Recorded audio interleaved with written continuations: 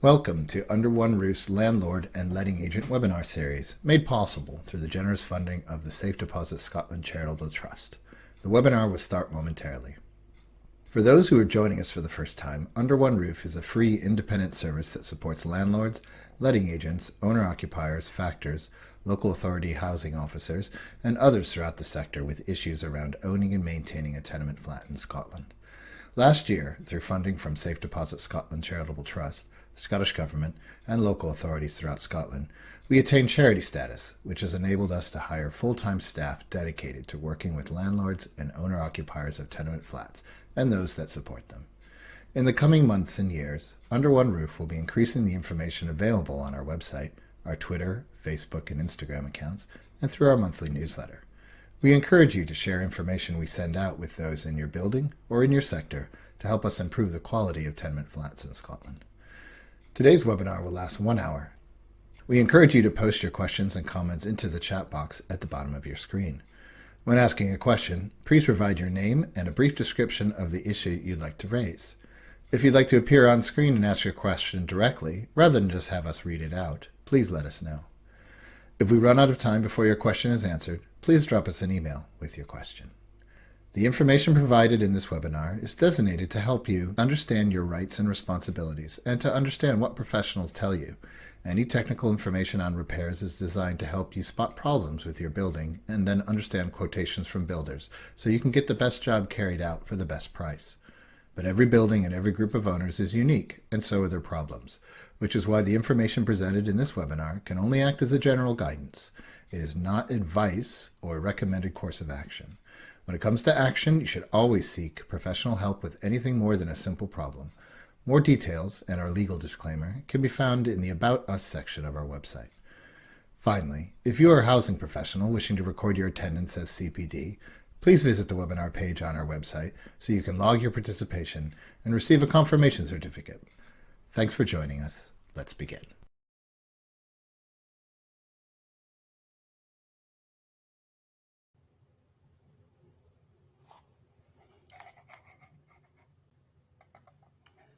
Hello everybody, and welcome to another of our sessions for landlords and housing professionals who are involved in the private rented sector. This week we're going to be talking about buying and selling flats. And I think if you're a landlord and you're starting out in business, then you need to be buying the best property for yourself to have any chance of really making money out of your business. I know there are so many hurdles in the way for private landlords these days that you've got to start off with the best. And that's why we're running this particular session today. Now, I'm going to be joined by a couple of speakers, and we're going to do the normal thing of presenting you with some of our speakers on video.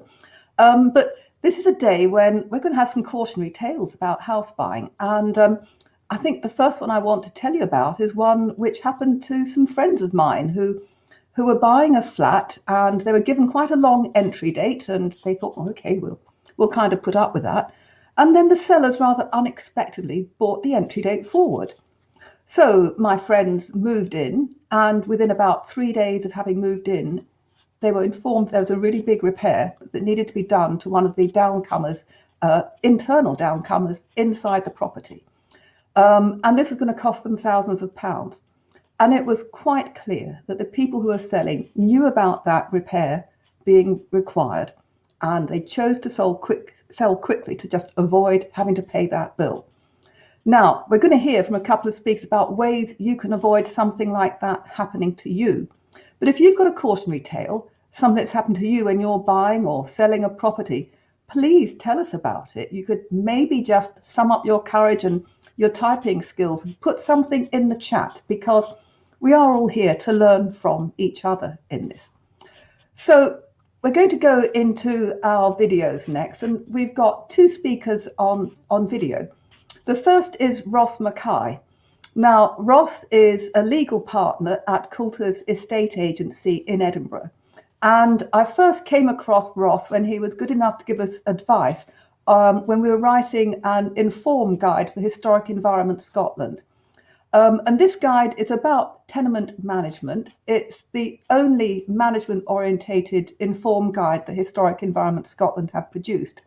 And it's designed for people who are just getting into buying or living in a tenement for the first time. So if you know of anyone in that position, we're going to have that as a handout. Please download it and pass it on to anyone you know who's starting off their housing career by buying a flat in Scotland. And I can just see it's come up there as a handout for you. So Ross, as I say, was very good about advising us on this informed guide. And at that stage, he was chair of the Edinburgh Conveyancers Forum. And he's written a number of publications, a number of the standard clauses as well, which are used by solicitors when they are exchanging properties. So we're going to get some really good advice from Ross.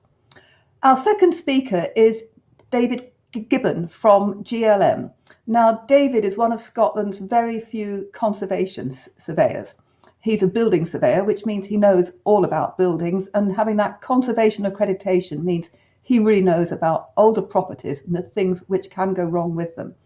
So David is going to be talking about assessing condition when you come to buy a property. And David is going to join us for the Q&A, which will be coming up just after those videos. So if you've got any questions, please use that Q&A. You'll see the chat where you can tell us your stories. You'll see the Q&A. Just hit that Q&A button and type in your question, and we'll try and deal with all of those questions. And we're going to be chaired by Mike Heffron. Now, Mike is my successor. Well, not my successor, he's the very first chief executive, which Under One Roof has had since it became a charity. And Mike's not only going to be attempting to keep us in order with those Q&As, but he's also going to be introducing our two speakers in the video, which is coming up any moment now. So I'll look forward to seeing you on the other side of that video, everybody.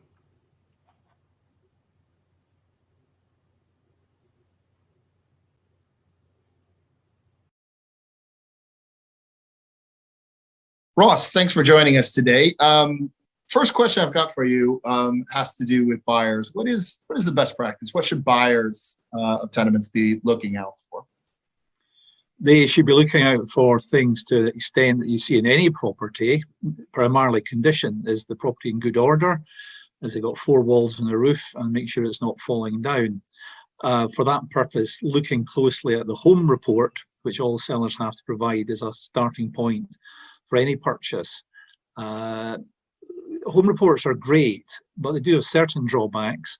Particularly, they do not give a full picture of tenemental repairs or the condition of a tenement, and roof is the one particular point there that causes concern. Surveyors won't go on the roof, and therefore the most we'll probably do is say from ground level, with a set of binoculars, the roof looks okay. If I was buying in a tenement, I would certainly want to have an independent roofer or similar contractor get on the roof to have a look at it and just check it's going to be satisfactory for the expected ownership period that you're going to have for that property. Roof repairs, stating the obvious, can be very expensive, particularly in older Victorian tenements, which we still have throughout the country. And really, you want to be forewarned in that regard wherever possible. So if I was looking at a tenement flat, I'd be having a good poke about, not just on the flat itself, but also the tenement. I'd have a look at the condition of the common stair. I try and look at the cupola, the back door to the drying green or old garden ground going into the tenement, and try and get a feel that it's a well-maintained, looked after building. Your flat could be perfect, but if you're within a block that needs redecoration, roof repairs, rot repairs, you could be buying yourself in for some trouble there. So have a good poke about the whole building and try and get a feel for its overall condition. I say the home report will give you assistance in that regard. Linked to that, you want to know about the history of common repairs generally. I would always ask the vendor, when was the building last repaired? What was repaired? Were repairs paid for promptly by the co-owners? Was there any issue about non-payment by some of the co-owners? The issue of common repairs is a thorny subject, and you would want to make sure that all owners within the tenement building are responsible and pay their share when required. Too often you find that there is a missing share element in the building, which can either delay or increase the cost of repair works. So just ask the question of the vendor as to what is the history of the building in that respect. Find out what has happened in the past and allow for it when you're buying this new property. Similarly, ask about your the co-owners, your future neighbours. Are there already existing tenants in the stair? Are there existing HMOs? If the common stair has a high percentage of rented properties, that's well and good for an incoming landlord owner, but it can tip the balance in terms of repairs and maintenance. There's a happy balance to be struck there between owner-occupied properties and let properties to ensure that there's ongoing maintenance, particularly in the absence of a factoring or manager arrangement, which is often the case in, again, the Victorian tenement situation, and certainly out with Glasgow. Glasgow has a good history of property managers being appointed, but out with Glasgow it's not so good, particularly in Edinburgh. You also want to know what is the history of the co-owners in terms of antisocial behaviour. It's not something that's going to be covered by the contract, but you would want to know, for example, why is the vendor selling? Are they selling because of noisy neighbours? Are there people upstairs having a party every second night? Is there someone in the stair who causes problems? You have to ask the question and find out. You might not get an honest answer, but ask the question, because if there is antisocial behaviour, it will perhaps not depress the value of the property immediately, but long term it could cause a lot of aggravation and difficulty for you, particularly if you have incoming tenants yourself who regularly complain to you about the issues in the common stair. Is there a block insurance policy? And is that reasonable? Is that well priced? You need to know these things to factor in the ongoing running costs of the property, whether you're going to be a landlord investor or simply an owner occupier. How much will it cost to run that property? And these external factors are important. And what those some excellent sort of ideas for people looking to buy a property. Who is it that they should be asking? Is that something that they should expect from the conveyancer, or is that something where they're actually directly speaking to somebody else about the answer to get answers to those questions, or hopefully get answers to those questions? It's a mix of sources. The best thing to ask the vendor direct, assuming the vendor is showing the property. It may not be, it could be an estate agent or someone else doing the viewing. But if you have the opportunity of speaking to the vendor, get it from the horse's mouth, particularly in the issue of repairs and neighbours.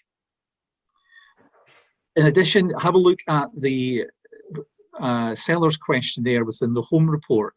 The home report is made up of 3 elements, as you probably know. The single survey, being concerned with the condition of the property, the energy performance certificate, but also a seller's questionnaire. And that asks a number of questions dealing with previous damage to the property, insurance, utilities, and a number of other factors which I've mentioned. Within the missives, if you buy the property, the seller will be expected to warrant the terms of the questionnaire are true and correct. The survey element will also give information perhaps about the repairs, because almost certainly they will also have spoken to the vendor and they will be asking questions about repair work and previous history of the building. The standard missives that will be used for the purchase also cover a number of warranties, covering common repairs that are ongoing, planning, structural alterations, and a number of issues. So taking all of that together, you will have a reasonable picture of the property before you decide to commit to it down the road. But there's no one source. Look at all these aspects, and to a large degree, the more you can do yourself, speaking directly to the vendor, so much the better at that early stage. And on that question of looking up to upcoming repairs, I mean, talking a little bit about notices of potential liability, will you find that in the home report? And if so, what does that, when you see something in there, what does that tell you? Or it could tell you, I suppose, a number of different things, couldn't it? And a notice of potential liability won't appear in the home report, or indeed in the seller's questionnaire. It will probably only be flagged up once you get to the stage of having put in a successful offer, because within the standard clause offer that we all use now, there are specific questions about ongoing common repairs, and there is a warranty expected of a seller that there are no NOPLs affecting the building. So that will be flagged up at that particular stage. The purpose of an NOPL is to give a buyer a heads up that there is an outstanding bill due to either the co-owners or the tenement factor, the managing agent, so that when you see that, you will have to make provision within the contract that is paid off, because otherwise the liability will pass on to you as the buyer if you ignore it or are not aware of it. So it's an important part of the conveyancing process to check out for that. If the seller doesn't disclose it, it will appear in the search, which we obtained as part of the conveyancing process. And then it will be a matter for the lawyers to speak to each other to find out what's the history of the notice. Has the work been paid for? Can the notice be discharged? If it's not been paid for, part of the price can be redirected towards the factor or the co-owners to ensure that it is duly paid off, basically by the seller on that route. So it's something that's picked up or should be picked up as part of any conveyancing transaction to be dealt with that. Notices are retrospective in essence, in that they are designed to ensure that the co-owners who might have had to pay the missing share due to the absent or recalcitrant owner does have to pay eventually at the point of sale. And it's something that is looked out for in that regard. Some factors do utilise them almost for future repairs. If they have a history of a co-owner who is bad at paying, generally they put on a notice designed to try and cover future obligations. So again, at the point of sale, that they're going to make sure that they get fully paid. There's a legal argument about whether or not that's competent or not, but in essence, if the notice is on the register, it's a matter for discussion among seller and buyer and their lawyers at that time. And just shifting gears a bit, just to sellers for a moment, what is it that sellers can do to make the most of their property value when it comes to tenements? Well, various websites will give you tips as to how to sell a property, and there's umpteen books about it.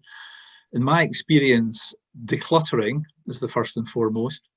Fresh paint, all these touchy-feely things that are important. I don't know what the time is in the statistic that buyers make up their mind. I think it's within the first 30 seconds. It's a very short period, and first impressions are so important. So particularly in the context of a flat or a co-owned building, you want to make sure that if you can, that the common entrance door onto the pavement is clean, that the entry phone system is working properly, that the passage is swept clean.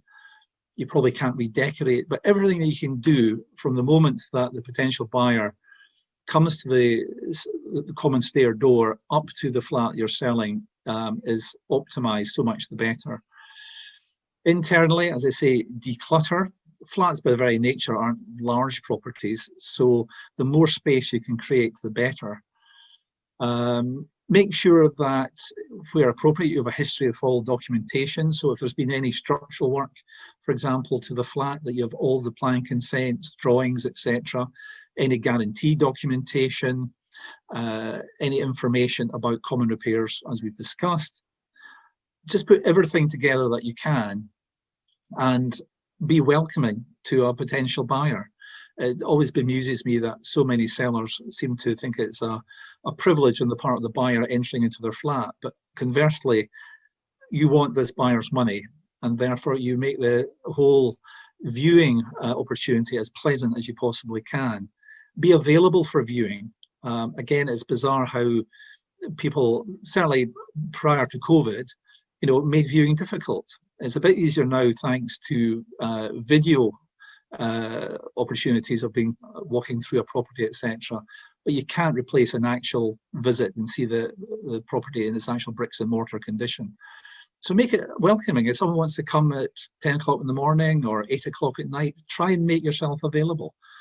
Because that person could be the person willing to give you a superb price for your flat. And finally, we've been talking a little bit about energy efficiency, of course, with COP26 coming up in November. We've got, in fact, our webinar series next month going to be covering the issue of energy efficiency in tenement flats. But I just wanted to get your thoughts. Do you think that repair condition and energy efficiency are adequately reflected in property valuations? Simple answer today, no, but there will be. Mm-hmm. The whole aspect of global warming, environmental protection, all these points are rapidly coming down the tracks to affect the ordinary homeowner. A variety of things are being contemplated. You know that as of next February, all properties in Scotland are required to have smoke alarms and carbon monoxide alarms fitted. That's not energy efficiency, but it's the sort of thing that governments are now thinking about. In connection with energy efficiency, they are looking at plans for making it compulsory for properties to be upgraded from the lowest categories to a middle category. They haven't decided yet whether the minimum category could be D or E, but almost certainly if you're in a category F or G energy efficiency, I would think within the next few years there will be legislation that you'll be required to upgrade it to at least band E, if not band D. Now, there's a lot of detail we worked out. I was speaking to civil servants about this about 4 or 5 years ago, and we're still waiting on, legislation coming through. But it's certainly very much on the agenda. Now, whether the seller will have to upgrade or the buyer will have to upgrade, someone will have to. So I would certainly say to clients now, have a look at what the EPC is, see what the recommendations are, and be aware that at some stage you may have to do something along those lines to bump up a grade or two. So factor it in for the future. Various other things, coming through, obviously replacement of boilers. Almost certainly that's going to be compulsory now that you have to get away from a gas boiler to something else. How that works in a tenemental situation, I honestly don't know. There's lots of talk about ground source heat pumps or air pumps. How that works in a traditional tenement, I can't see, but something is going to be required. Energy efficient lighting, energy efficient heating generally. All these things are going to become more and more important within a short number of years. So I think the more people can consider these topics now, the easier it will be, because you may not be selling today, but if you're selling in 2 or 3 years' time, I would almost guarantee that these will be issues that will be of much greater consequence to potential buyer than they are at present.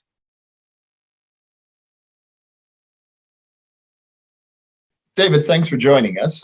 First of all, could you explain briefly the difference in the role between a valuation surveyor and a building surveyor, such as yourself? Well, to start with building surveyors are technical experts in building construction, and they are involved in both undertaking surveys and in designing and administering building projects. So they do both sides of that equation, and typically in respect of tenements, a building surveyor might undertake a condition survey of the tenement, a building survey of the tenement, external envelope, and they might also draw up plans and specifications and competitive tenders and contracts for the refurbishment of the external fabric of a tenement, the common repair scheme kind of work. So that's what in a tenemental context a building surveyor would typically be involved in. So that when they carry out a survey of a building for somebody and advise on its condition, that they are informed by doing the other side of that equation and running building projects. So I've spent most of my life, doing both those functions, and when I'm asked how much is it going to cost to reslate this roof, I know that because I am involved in organizing reslating contracts. A valuation surveyor typically does the condition survey insofar as it's likely to affect the value of the building. They don't typically do refurbishment, repair, alteration projects. They don't run the projects. They do surveys and valuations, and they stick to that. So in the context of a tenement, they would typically do a single survey home report on an individual flat, and they would gather what information they need in order to be able to to fill in the home report and to advise on the valuation that they ascribe to the particular flat. And can you go into a little bit of detail about how buyers should read the conditions section of that single survey? So there is a section in those single surveys that deal with the conditions of the building as part of a larger part of the survey, and talk a little bit about the limitations that the information that would be provided in that compared to, say, a full building condition survey. In every home report, there is a section that describes the extent of the possible extent of the roof survey.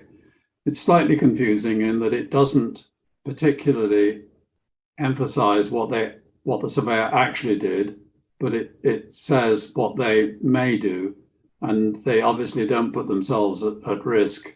They don't endanger their lives clambering around on roofs, but they may look at it with binoculars and so on.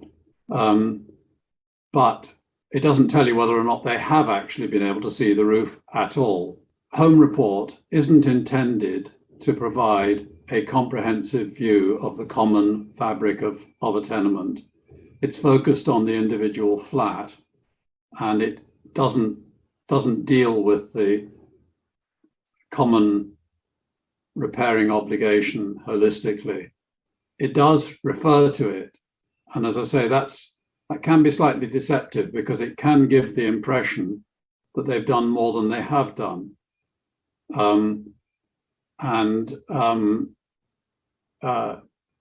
If they haven't actually seen the roof, then any comments they make about it are by definition somewhat restricted.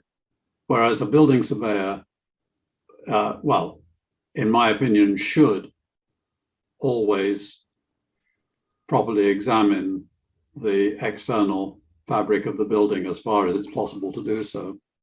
And they're not typically going to be limited by the same restrictions, or they shouldn't be, on the scope of the survey. They should get up close and personal with the roof coverings and so on, and get to know what the actual condition of them is. There's also some because there's some generic language that is often found in the conditions bit of that single survey. Is that right? Yeah, I can sort of refer to that now. There's every report says is it says sloping roofs were visually inspected with the aid of binoculars where required. Flat roofs were visually inspected from vantage points within the property, and where safe and reasonable to do so from a 3-meter ladder externally. Roof spaces were visually inspected and were entered where it was safe and reasonable, where there was safe and reasonable access, normally defined as being from a 3-meter ladder within the property. If this was not possible, then physical access to the roof space may be taken by other means if the surveyor deems it safe and reasonable to do so. Now that's quoting from a particular report that I was provided with quite recently when I was asked to do a condition survey, a building condition survey of a tenemental flat. It then goes on in the same section to say the roof is of pitched timber truss construction with partial flat sections penetrated by a timber glazed cupola. The pitch sections are clad in slate nailed onto timber sarking boards, with the flat sections being finished in rolled lead. Now, from that, you can deduce that the surveyor did actually see that roof, and I would expect him to have seen it because it actually had a sort of window opening out onto the roof, so you could actually go onto that roof completely safely. But in this instance, that report correctly said that the roof wasn't too bad. You know, it had been reslated I actually was more critical of the roof than this report, but it wasn't wholly wrong. But it also had a stone balustrade along the front of the building, and when I got up there and looked at it closely, I discovered that quite a lot of the stone balusters had been replaced with concrete ones with reinforcement in the middle, which had corroded, and the concrete balusters were cracked and falling apart, really. And there were some old stone ones left, which were really, really badly eroded. Now, the home report made no mention of any of that. And I estimated that to sort that out with scaffolding and all that was needed was going to cost £50,000, which is not trivial. Not a trivial omission from the home report, in my opinion. No, it doesn't sound, it's certainly not. And that sort of leads to the question of what are the kind of warning signs that should be sort of noticed by people that are trying to buy a flat, to landlords that are looking to purchase a property. Is there anything, without getting up into the roofs themselves, probably don't encourage people to do, to sort of say this needs more investigation, at least, rather than sort of like, this is definitely not something you can buy?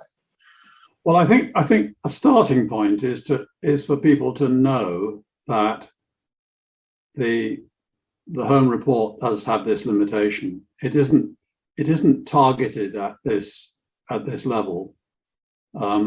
So you aren't going to get this information from a home report. It's just not there. But the home report does slightly give the impression that it is there. So there's a conflict there, in my opinion. And buyer beware that is the case for a start. And if there are any telltale signs, like, for instance, you go up in the common stair and the common stair ceiling is covered with brown stains, you might want to know whether or not, the roof has in fact been re-slated since the brown stains appeared or whatever. But that's pretty hit and miss approach to it. And I think making detailed inquiries, people typically tell you that they have the roof regularly inspected and by a roofer, and they go up and fix slates every year and so on. That really doesn't tell you whether that roof is 10 years old or 110 years old. And if it's 110 years old, it really is probably hanging on by a thread. And you need to dig a bit deeper to get to that. And if you're in doubt, then I have to say, you're going to have to commission an additional survey over and above the home report. The difficulty you then face, of course, is that the people you're in competition with may not do so, and you may have more information than, you'll be outbid. It's a real conundrum, I think, for purchasers.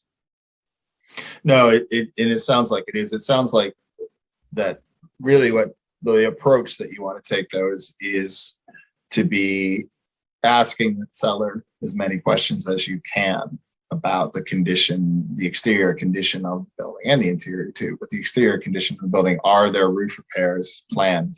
They may not know the answer to that question, but it's certainly worth asking those kinds of questions when you're looking into buying a property, and getting as much information as you can. Is that right?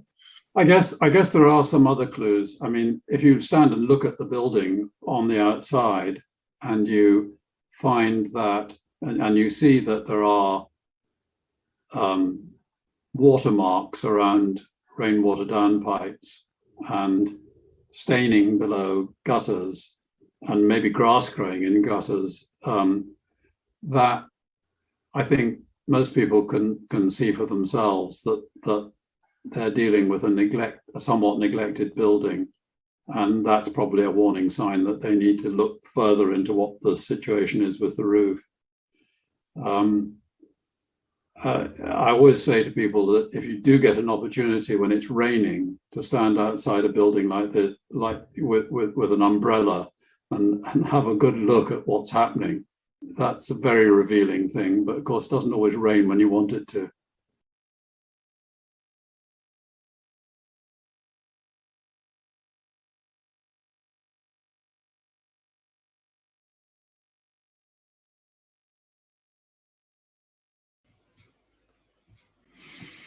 Hello, everyone.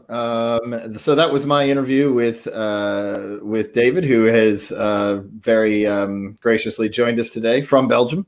So thanks again, David, for taking part in that interview. We've gotten a number of questions in, so for you and for Annie. So one of the things I thought we could do is really just sort of touch upon sort of the general question around the issue, David, of how the introduction of these home reports, the single surveys, have changed the process of home buying for the better, would you say?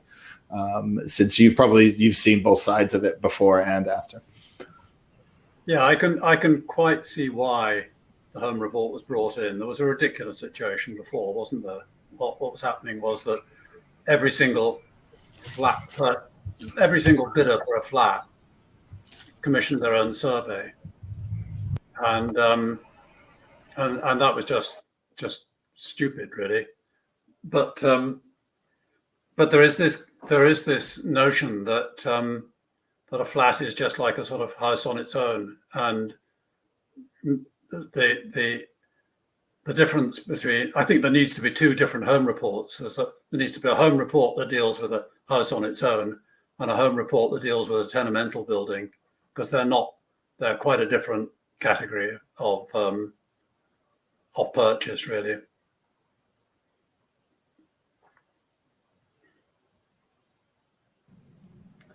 Yes, I could just pop in and say, yes, I bought properties before the home report came in. I think I was maybe often pretty cautious about getting a full survey done of properties before I actually stepped in and bought. But, I think, as you pointed out, David, it does put you at a bit of a disadvantage, doesn't it? Because you almost know too much about a property, and, you're inclined to hold something back to cover the cost of those repairs that you've identified, don't you?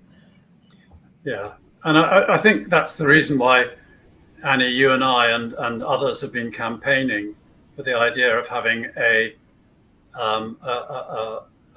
periodic survey of the common fabric of tenement buildings as being something that would be stitched into the home report. Not so that every single owner had a survey of the whole building every time that a flat was sold, but so that, say, every 5 years, the tenement building as a whole was looked at.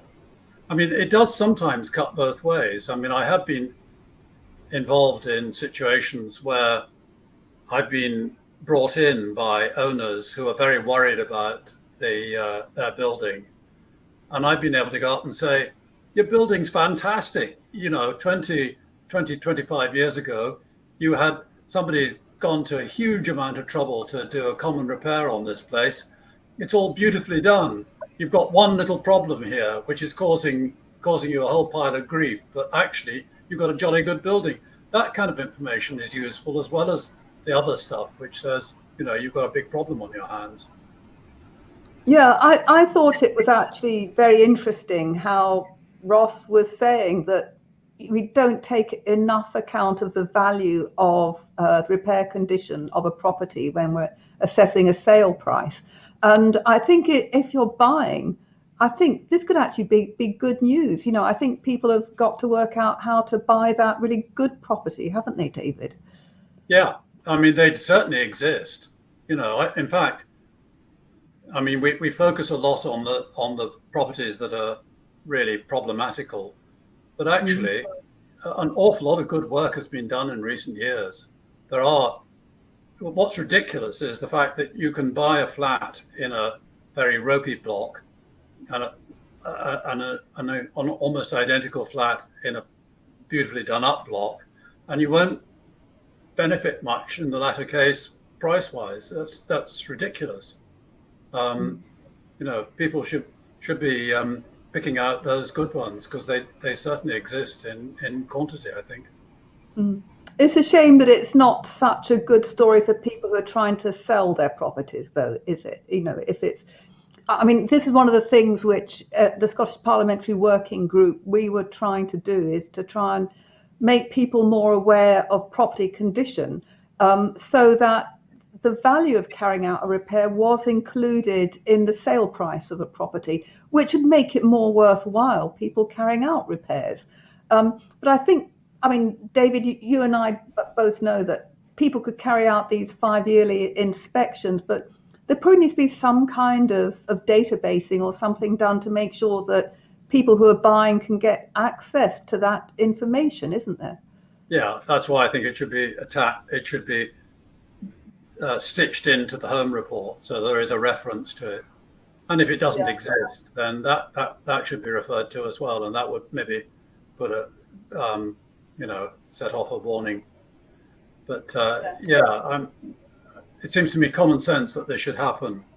But I think politicians are a bit nervous of the initial impact that might have on the value of some properties. But at the moment, it's sort of self-deceit, isn't it? It's people are living in cloud cuckoo land if they think that a building that needs £250,000 spending on it is worth the same as a building that doesn't really need anything much spending on it. That's just that say it's got 10 flats in it, they should be devalued by 25,000 each, really. Yeah, we've got. Go ahead, Annie. Yeah, and I was just going to say, I think the other thing that would make it worthwhile having these sort of regular property inspections, it's actually a lot fairer, isn't it? Because the cost of the inspection is shared between all the owners.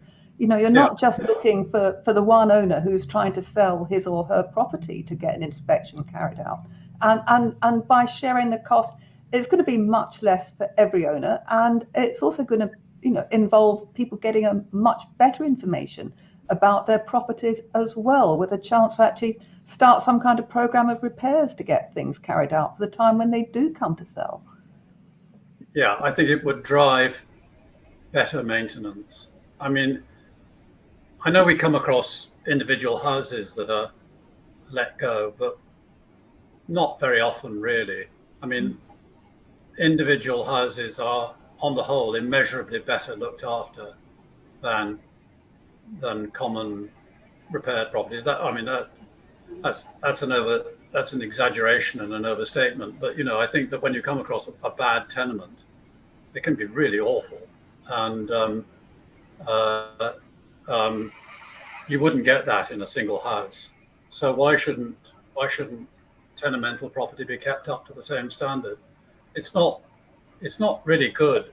These are important parts of the housing stock of Scotland. We from an environmental point of view, it's not a good idea that they should all be, not all, but the ones that are falling off the end of the system should fall off the end of the system. That's not that's not good environmental policy, because it's very expensive to build new to replace them.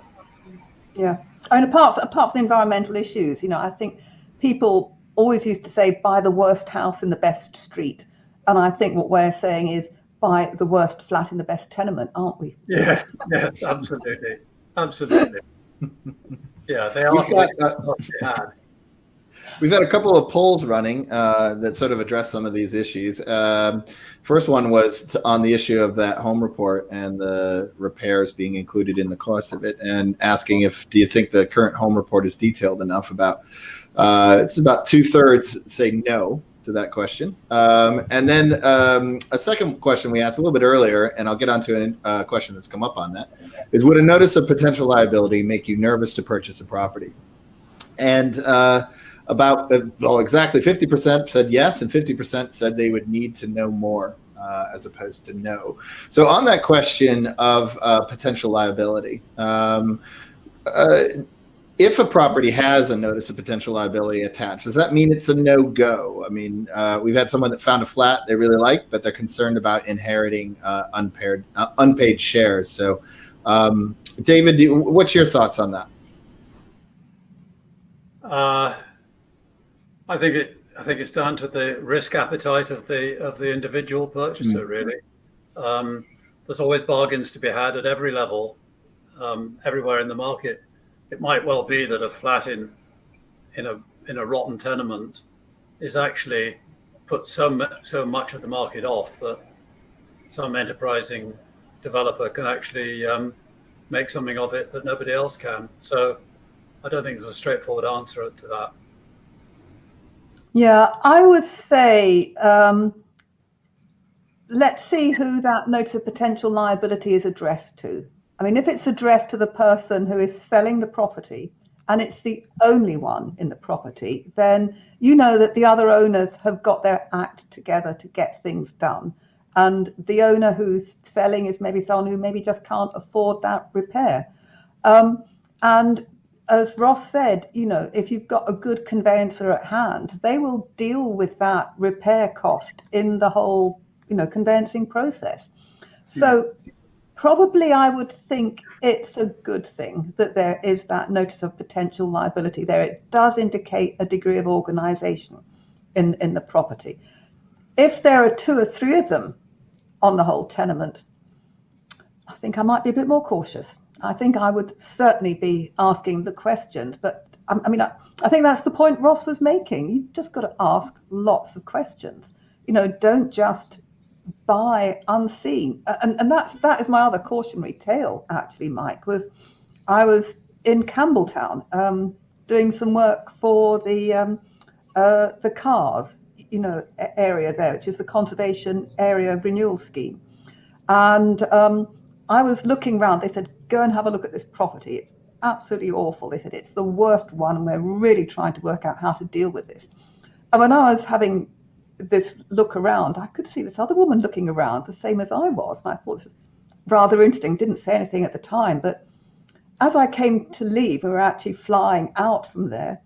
There was this woman at the airport. So I asked her what she'd been doing there. And she said that she and her husband had just bought a property, a flat in that property, and they'd bought it at auction. You all know the auction websites, don't you? You know the one I'm talking about. They'd bought it at auction for £15,000, sight unseen, thinking, £15,000? How could we possibly lose? And they now said they were really regretting that decision. So, yeah, ask the questions. Never buy something sight unseen, So, yeah. Is on that question around finding out more information, we had a question from Alan, is there any obligation on factors of tenement properties to divulge recent repair history to potential buyers? I don't know if there's an obligation, but I think most factors will. The cautionary tale I told at the start, the problem was the solicitor didn't ask the factor. Had they done so, the factor would have told them the repair history. And I think most factors do want people who are coming into a property to know the condition, to know what's required, because they know if they know that, they'll have the money set aside to get those repairs carried out. So yes, factors will tell you. I would be very, very surprised if they don't. One of the other questions too that we've had around this, and we've had some individual sort of inquiries on things. So I'll bop around. We've got about 10 minutes left, so I'll pop through a few specific questions. And we encourage people to keep sending your questions through. If you don't get it answered, I would ask you just to drop us an email at info@underoneroof.scot. That's info@underoneroof.scot. Jazz, if she hasn't already, we'll pop that into the chat room. And if you don't get your question answered, just quickly, as the webinar is ending, just send us an email. We'll get back to you with an answer to any and all of your questions if we don't get to it today. David, we had a question from Paul Michael Wilson, who asked, has David been asked to carry out an EWS1 survey on a tenement building, or is it not required of a stone-built property without cladding? We're not allowed to. There we go. Of course. We've been actually forbidden to carry them out by our PI insurers, and it's a mess. It's an absolute mess at the moment. I'm advising somebody on their timber-clad penthouse at the moment, and it seems to me that the risk is trivial, and that it doesn't really fit the category of a fire hazard at all, and is, to my way of thinking, fully compliant. But what sort of a mess could be made of that situation if he came to sell, I don't know. And I can't give him any sort of written guarantees on the subject. It's I think it will calm down in a bit. I think common sense will start to prevail in a while. But right now, it's a very tricky situation. Well, we just, on that very subject, we just last month did an entire hour-long webinar on that very issue of cladding. And we had an expert from the high-rise tenement action group in Edinburgh who had been involved in sort of organizing around this issue. We had some civil servant from the Scottish government talk about what the Scottish government's doing as well. So we had some really good discussion and questions that were asked as part of that because we had other speakers as well. So Jazz is going to pop a link to that question around cladding into the chat room, and we'll get a chance to. So I'd recommend highly you go back and take a look at that because there was some really interesting stuff, very up to date information on what's going on right now around the issue of cladding in Scotland specifically. Let me just take a look at some of the other questions we have had here. We had a comment from Alistair McMillan. Given the difficulty of getting all owners in a tenement to agree to pay for repairs, would it be sensible to make some type of factoring compulsory, even self-administered? Any thoughts on that, Annie? Yeah, well, this is one of the other proposals from the Scottish Parliamentary Working Group, is that there should be compulsory owners associations. Now, those owners associations would be based on the model of the development management scheme, which is something used in, sadly, too few new properties, but which are actually a very good idea. But what it would mean if these were established is that owners compulsorily come together to form a form of company. So it's one which you wouldn't have to go through all of the sort of company's legislation and returns for, but which allows owners to act together, which at the moment they can't do legally. Everything is done jointly and severally, which exposes owners to lots of risk.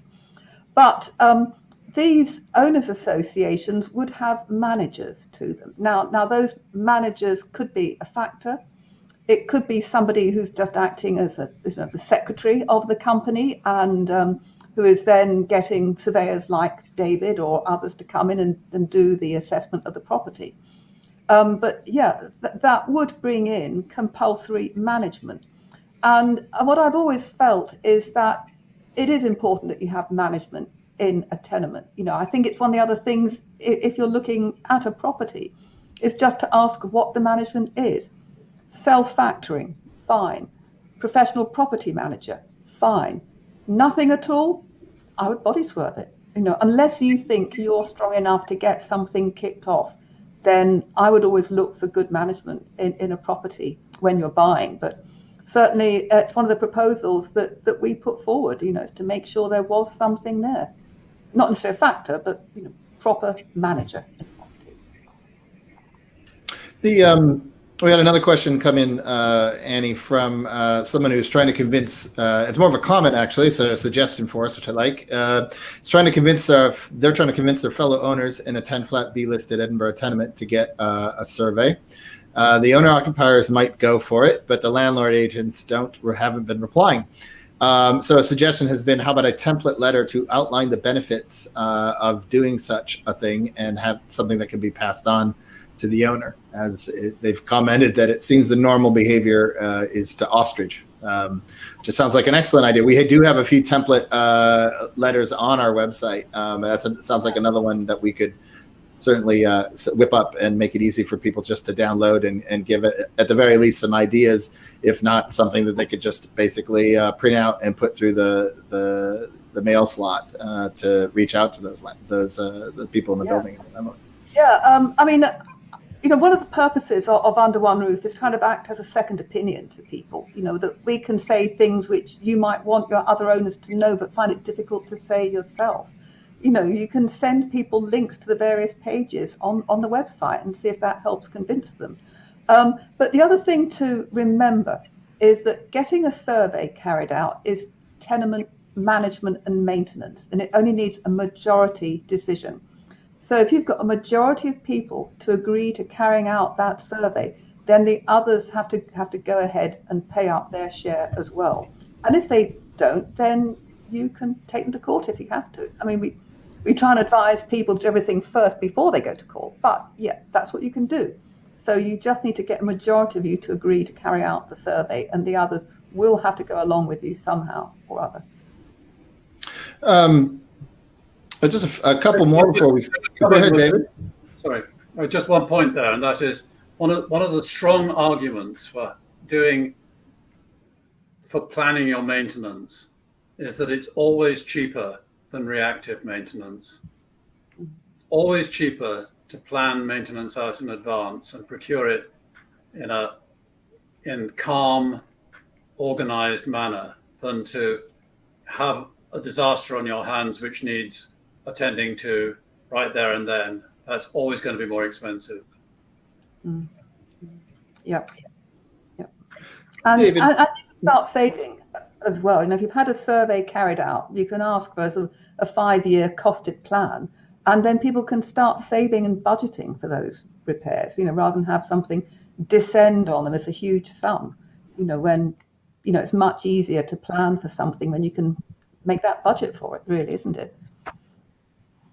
We had just a couple more before we finish up. Just a quick one, and pop in here, either of you, with any thoughts on this. We've got Kathy who's mentioned that they love trees, as we all do, but they're reluctant to see a tree removed. However, they are worried that the tree roots are jeopardizing the structure of their 4-story tenement. What would you recommend as far as sort of what, if anything, that they should do around that particular, that Kathy should do on that particular issue? Shall I say one or two things about that? Sure. One of the things is that the whole topic of tree root damage is particularly one in conditions of shrinkable clay, where the tree roots suck the water out of the clay, particularly in a dry summer, and they cause it to shrink and they cause the foundations to crack, or settlement of the ground. That is not a common feature of Scottish soils. I mean, I don't say that it doesn't exist, but it's not common. So we don't have such a big problem with tree root damage. They damage drains for sure, but damaging foundations, I think I think there's a lot of neurosis exists as a problem, but I think it's sometimes overstated, and I think people should be a lot more tolerant towards trees and wildlife and all that sort of thing. That would be my advice on the subject.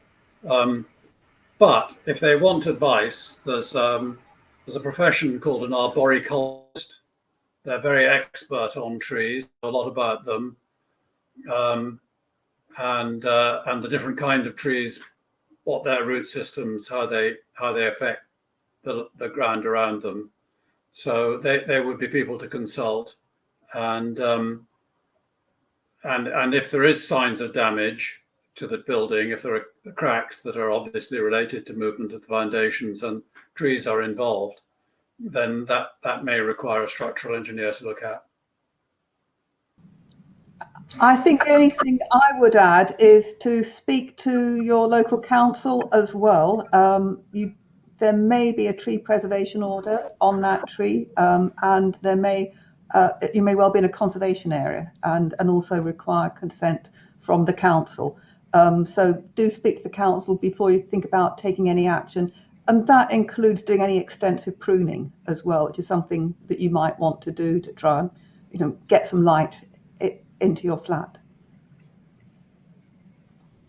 Great. Well, I know we've got a few questions here to go, but I think what we'll do is we're going to ask people if they could. Some of them are a little bit more related to the topic, and some of it is just general stuff that we're more than happy to answer offline. So I think what we'll do is we'll wrap it up for today. I'd ask anybody who didn't get their question answered, please again drop us an email over at info@underoneroof.scot. That's info@underoneroof.scot. And we will get you some information on those questions that you send over to us.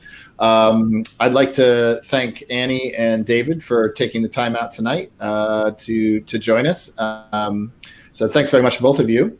We're going to be doing another webinar in 2 weeks' time. That's a question and answer session. That's an open question and answer session. So if you don't get your question answered tonight and you'd rather actually deal with it live, we'll have Annie and an architect to be named that will be joining us 2 weeks from today, though we're going to do this one's a little bit different. We're going to do it during the day at noon rather than our 6 o'clock time, just to see whether or not it's a little bit easier for people to jump in and over their lunch maybe and have a chance to ask any questions and get some answers that they're on questions that they've had. So we're going to do that at noon.